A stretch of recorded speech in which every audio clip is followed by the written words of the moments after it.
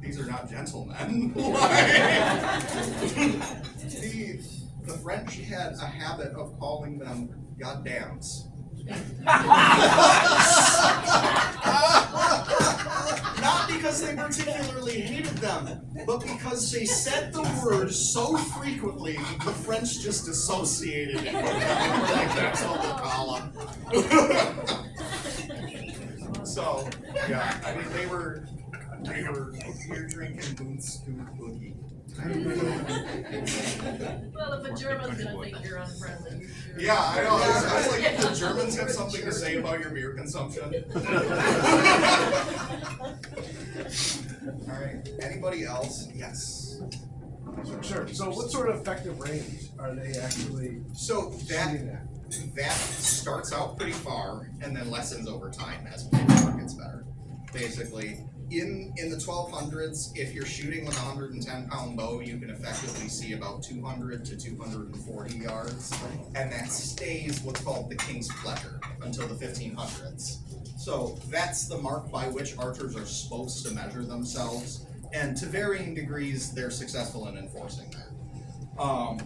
But with a full-size shaft, that distance is about 200 yards that they can lob an arrow effectively. And an arrow is different than a bullet in that it continues to retain its velocity through its length. It continues to retain its inertia. So it's just as damaging at the end of its flight as it was at the beginning. So those shafts still hit with that full 135 pounds per square inch of force. They still hit with that at range. But beyond that range, they often use what they call prick shafts, which I hate that. But these guys are littler, they're shorter, they're thinner, and they're not spined. So they're not worried about Archer's paradox or much of the accuracy. If you're using these, it's to harass people at great distance, and you're not really looking to get a concentrated number of kills or drop a bunch of them on something. But like I said earlier, they weren't issued 27 of the same arrow. They were issued different arrows for different purposes. And at Agincourt, from what I've read, it was 18 of the bodkin arrows, and then I think it was 18 and 9, something like that. 18 of the bodkin arrows, and then 9 forkers, which we assume are those swallowtail broadheads that they use primarily. 28 shots. 28 shots before they're done with their bundle. So that's the thing, is that they had to keep those things coming. So that's why they work well from a defensive position, is because they have to be close to the baggage train. So if they're not close enough to the baggage train to keep up that So that's what they had on them, but they were constantly right. resupplied. Yep. So they had 28 on their person, and that's what they were required to come to military service with as well. Was at least a usable bow and 28 arrows. And from what we read, universally, that usable bow that they brought with them was not used on campaign. They brought their bow with them, and then the military was like, here's your bow. You get one, if it breaks, we'll give you another one.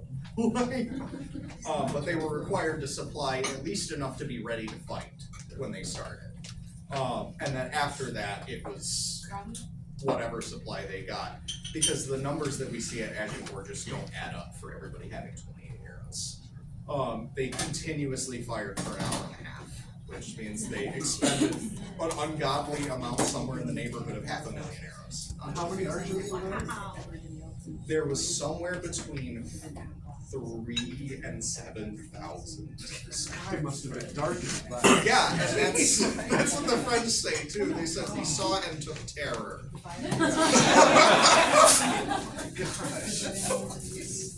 But, yes. Sorry, my spatial ability really sucks. You're good.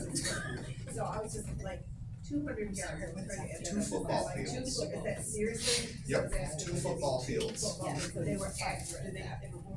Sort of. So not pinpoint accurate. It's not like they're going like, I'm gonna hit that target at 245 yards, and they just 200 yards. So they actually played archery games at the time centered around the idea of keeping a length, being able to predict the distance and drop your arrow on like in that distance.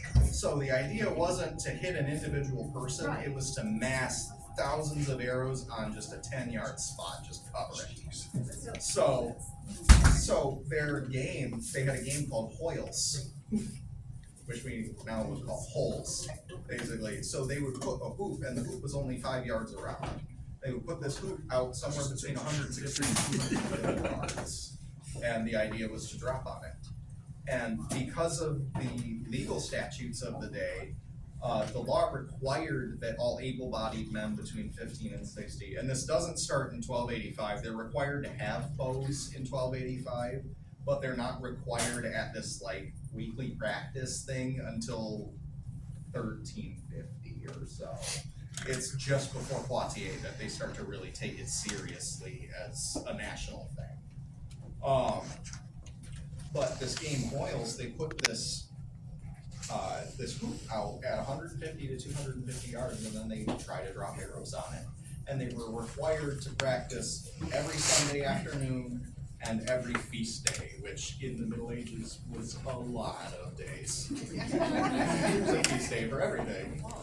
So they got like sometimes once weekly, sometimes twice weekly practice during the week, dropping their arrows on a target or shooting at the butts was the other way, where you directly shoot between two targets. They would set them up about 100 yards apart and shoot at one target, and then once you're out of arrows, you walk down